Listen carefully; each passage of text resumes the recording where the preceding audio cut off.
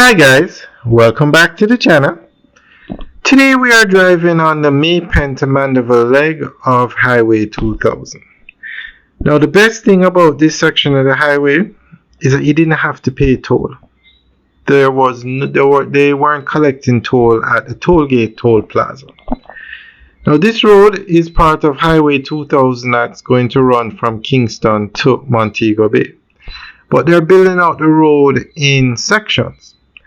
So currently the Kingston to Mandeville leg of the highway is built.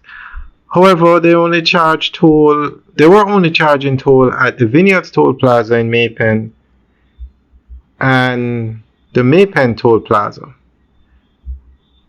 The third toll plaza on the route, which is Toll Gate in Clarendon, they weren't charging toll because they were working out an agreement with Trans-Jamaica Highway. So what happened is the government spent $188 million US to build the road, and the government entity that built it was NROC.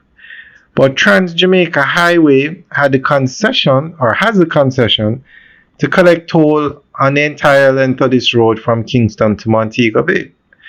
So NROC was trying to negotiate with Trans-Jamaica Highway to work out an agreement. They wanted Trans-Jamaica Highway to basically pay them back for the building of the road. So that's what held up the collection of toll. Now this road has been toll free for about 2 years because they were trying to work things out. So apparently they finally worked something out, and we're going to go through an article that gives more information on this. The Maypen to Williamsfield leg of Highway 2000, known as Phase 1C, represents one of the most ambitious infrastructure projects completed in Jamaica in recent years.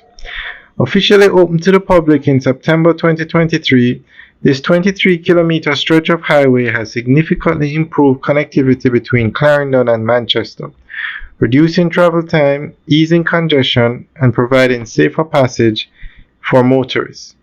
Yet despite its clear benefits, the question of long-term management and the introduction of toll charges has been a matter of public debate. Since its opening, the National Road Operating and Constructing Company, NROC, a state-owned enterprise, has managed the highway. For over a year, motorists enjoyed toll-free access while the government negotiated with Trans-Jamaica Highways regarding operational rights.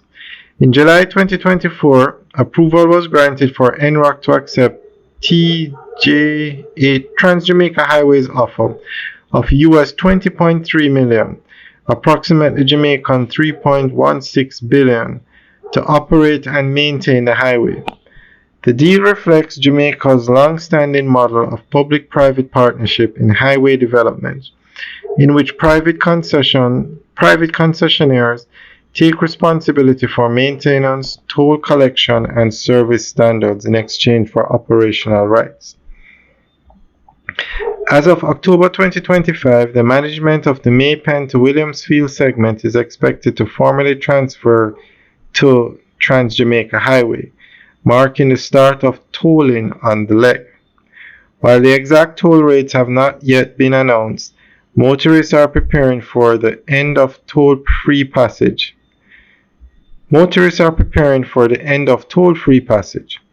This development underscores a familiar trade-off: the cost to users versus the sustainability of road infrastructure.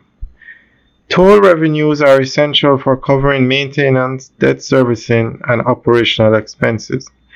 Without them, the highway could quickly fall into disrepair, undermining the very benefits it was built to deliver.